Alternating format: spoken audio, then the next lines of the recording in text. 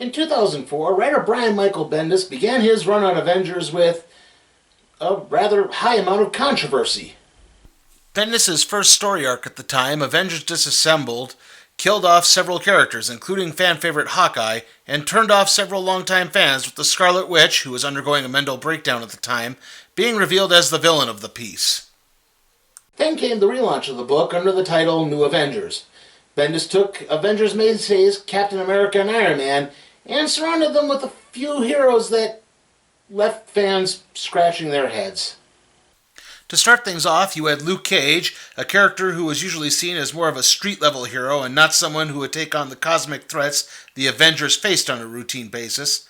Then you had Jessica Drew, aka Spider-Woman, a character who had virtually disappeared from comics, save for one appearance, which was in Alias, a book written by Brian Michael Bendis. Next you had the Sentry, a character who was relatively new and had something of a dubious background. Now, we'll touch a little bit more on the Sentry if we ever get around to covering his introductory series. But for now, we need to talk about the two most controversial members of the New Avengers, the ones that caused the biggest commotion: Spider-Man and Wolverine. It's not that Spider-Man and Wolverine were unpopular, quite to the contrary. They were the two most popular heroes Marvel was publishing at the time.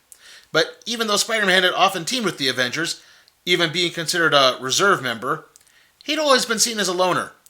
Heck, at several points in the comics, he would often state that he wasn't a team player whenever the prospect of joining the Avengers came up.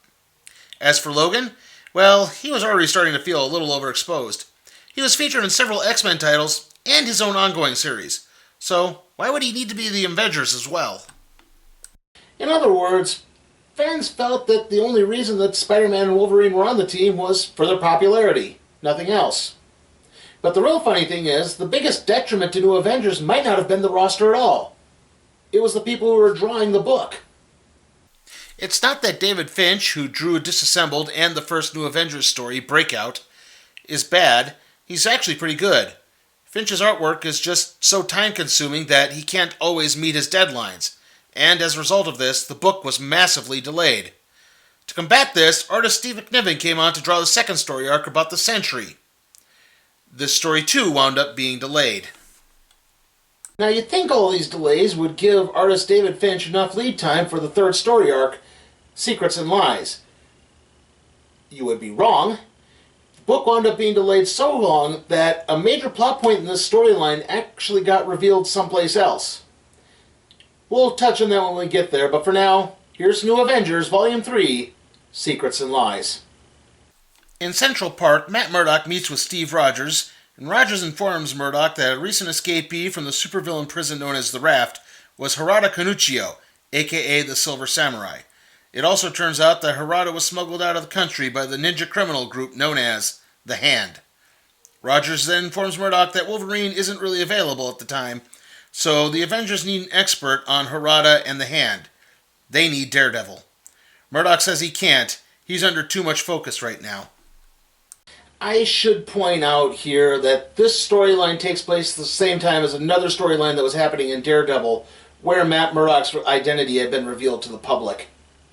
Steve says he understands, but he also brings up a time when he felt for his safety, and so he developed the persona of Nomad. Murdock, then, was struck by a moment of inspiration. Murdock explains that he knows someone who could help and promises to set that person in touch with Steve. Later, Steve talks to the unseen individual and gives the parameters of the mission. The Avengers need intel on Harada, the Hand, and anyone else involved. Harada Kanuchio is a mutant who has the ability to channel energy through his katana blade. He's called the Silver Samurai because he has, well, silver armor. He is also the head of the Japanese Yashida crime family. Now, the Hand are a terrorist organization who works a lot with organized crime. They're a group of ninjas who can channel dark magics that allow them to resurrect people they've killed and force those people to become servants to their cause. In Japan, the costumed individual goes to work by tracking down and infiltrating the Hand's headquarters. Harada is found standing in the garden. It's there that he's reunited with Madam Hydra. Madam Hydra, also known as Viper, was a young woman who was taken in by the terrorist organization at a very early age. She rose quickly through the ranks, eventually becoming the head of Hydra. She doesn't have powers, but she does have an extensive knowledge of toxins, which she has weaponized in the forms of various darts. She also has a pair of fangs carved into her teeth. The Silver Samurai was once her bodyguard, which also means that he was her boyfriend. It's at this point that the individual, who goes by the name Ronin, is found out. Ronin manages to fight off a group of ninjas and then escapes the stronghold. Ronin flees all over Tokyo, eventually reaching the Avengers' hideout. Ronin informs the group of Madame Hydra's presence and then apologizes. Despite Ronin's best efforts, the Hand has been led to the hideout. The Avengers engage the Hand, with Luke Cage getting tossed over the side of a terrace and plummeting to the street below. The fight continues as Cage takes the elevator. Back at the stronghold, the Silver Samurai and Madame Hydra talk. Harada wants to know why he was being held in an American prison. Madame Hydra figures out that S.H.I.E.L.D. has been hiding something. Unfortunately, Hydra has also been having the same problems. She starts making an offer to Harada about forming a new group when they receive information about the Hand engaging the Avengers. Back with the Avengers, they finish fighting off the Hand when Spider-Man notices something. Spider-Woman is missing. It turns out that Spider-Woman slipped away from the fight and slowly began making her way towards the Hand's stronghold. Upon arrival, she confronts Madame Hydra.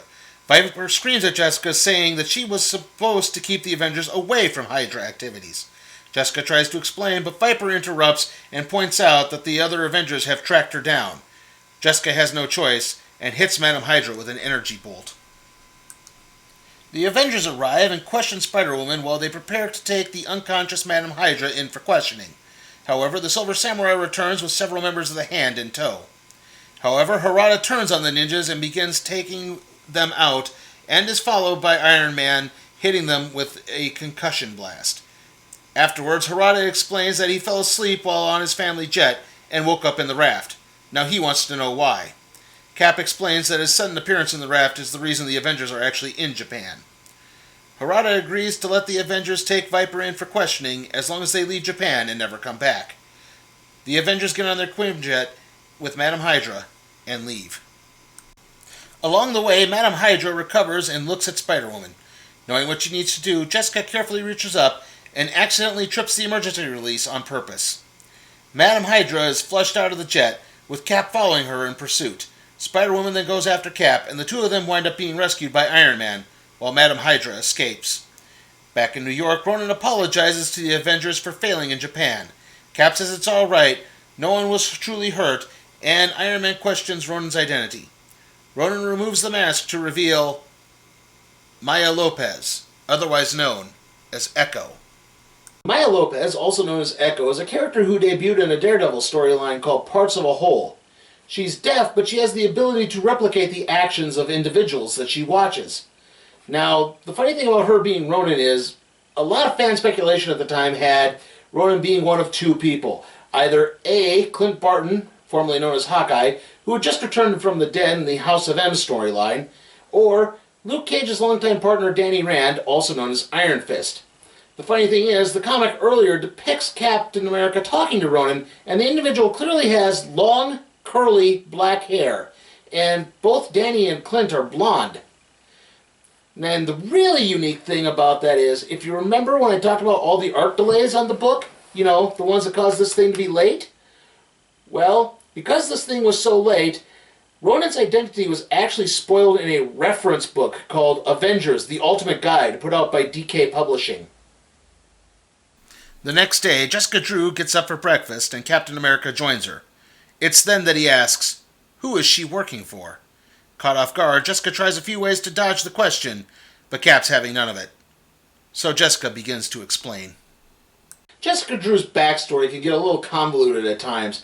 I'm going to do my best to sort of nutshell it here. At some point at a later date, we'll cover the character again, and I'll try to fill in the gaps as best I can. But to be as simple as I can, Jessica's father injected the genetic material of several different species of spider into Jessica's DNA. This resulted in her having all her spider powers. She was then artificially aged in a suspended animation chamber, and when she emerged, she briefly became an agent for the terrorist organization Hydra. After that, she broke away and joined S.H.I.E.L.D. Then at a later point, she actually wound up losing her powers, but then just before becoming an Avenger, she somehow got her powers back. What happens after this is Jessica telling the story of how she got her powers back. It had been some hard times for Jessica since the loss of her powers. Her most recent case had her going undercover as a prostitute to catch a couple of men who were mugging ATM patrons. At the end of it, all she got was a measly $800. When she returned to her apartment, someone was waiting for her. After a brief scuffle, the man gave Jessica an offer. Hydra will restore her powers, but Jessica will need to get reinstated by S.H.I.E.L.D.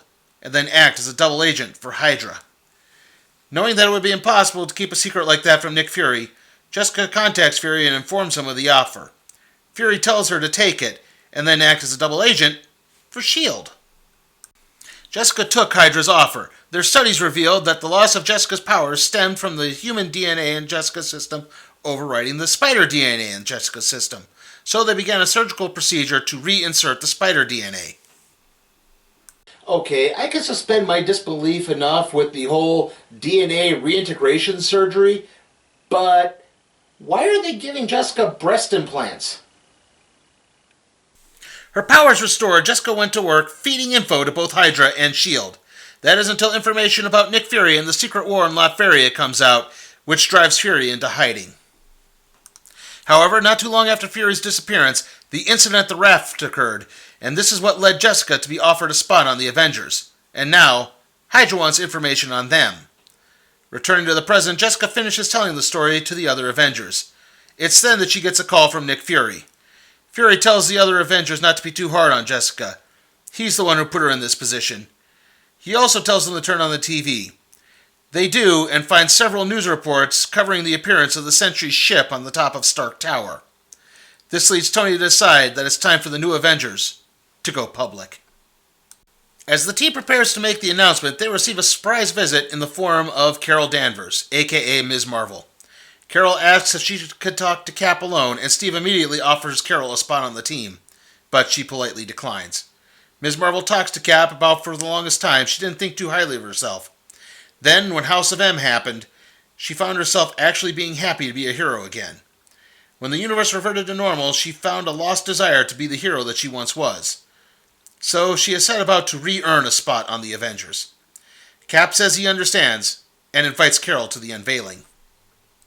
Okay, I originally intended to have a segment here that would explain the entire backstory of Ms. Marvel, but this is really the only part of the story she appears in is this little chunk, and it's right at the end of the storyline, so the whole thing would kind of just grind everything to a halt. That's why I've decided I'm going to move the history of Carol Danvers, aka Ms. Marvel, to its own special supplemental video, which you should be able to watch after this episode. Back with the unveiling, there's been a bit of a snag. Wolverine is refusing to go out. He points out that his reputation as a known killer might not look so good to the press.